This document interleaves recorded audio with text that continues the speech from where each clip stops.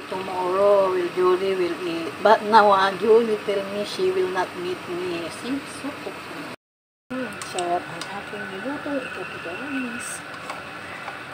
Ayan. Pag medyo nagagana yung tubig, tama na siya.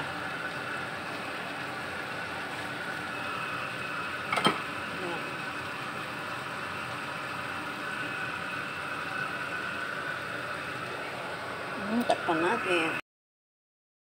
Para sa bukas, and hiniwa ko na siya. Tapos nilagyan ko na ng toyo at saka suka guys. Para mamaya ako iluto. Ayan. Parang ginisa ko sa mantika yung atay ng baboy din. Ayan. Para ihalo ko na lang mamaya. Hindi masira. Kasi mamaya hapon pa ako magluluto guys. Sa igado, karne na binabad ko na sa suka at konting toyo, carrots, patatas, bawang at saka sibuyas, tsaka yan, bell pepper, tsaka ito green peas, at tsaka mayroon akong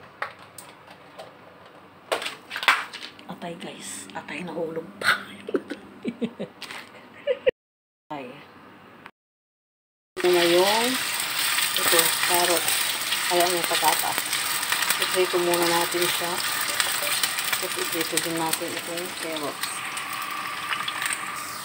Na guys, piniprito ko na kasi medyo naprito na yung carrots ay patatas. Iprito muna natin siya guys. So guys, iprito ko din yung karne.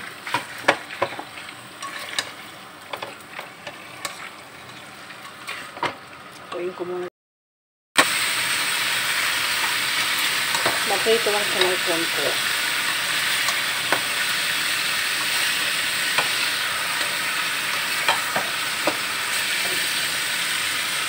Mahirap talaga pag walang hayop ng karne guys.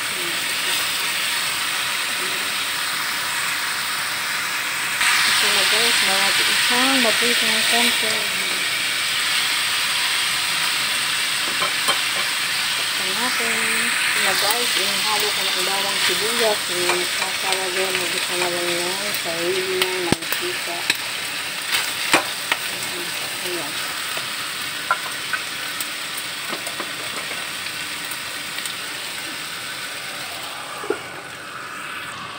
Guys, lagyan natin ng konting bitchin. Ayan. Ihulog na rin natin ang bell pepper. Ayan. Bell pepper. Tsaka paminta.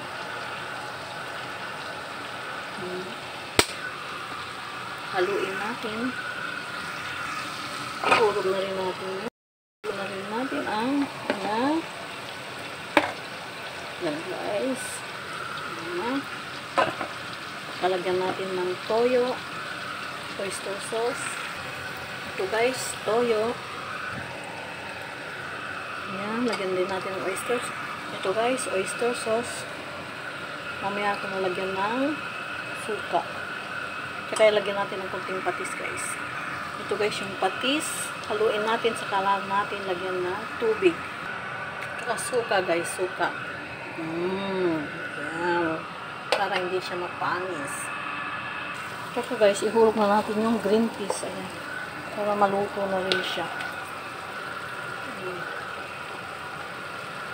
Tsaka natin timplahan.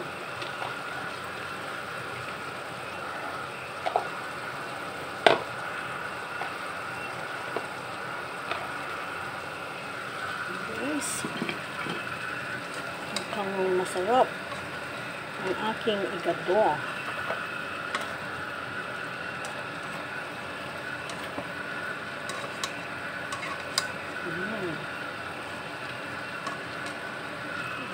Guys, nagluto ako ng igado, baon for tomorrow of day. Hindi naman yan mapapangis kahit may patatas kasi nga may suka. Yan. Masarap. Diba? Lutuin ko siya ng ano ba yun? Lutuin ko siya ng dry. Tapos lagyan ko ng atay. Diba guys?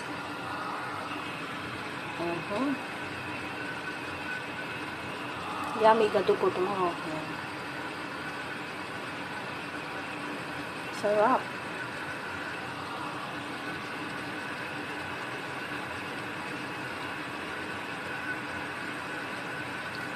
Yung atay na ihahalo ko maya-maya. Ayan, para hindi siya ma-overcook. Ayan guys. Alam na natin yung atay. May sabaw siya. So, unang atay ayokong ihalo yung ano niya. Yung dugo sa loob. Ito na guys.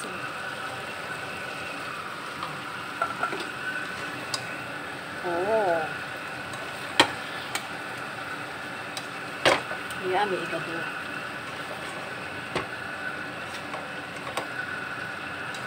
For tomorrow.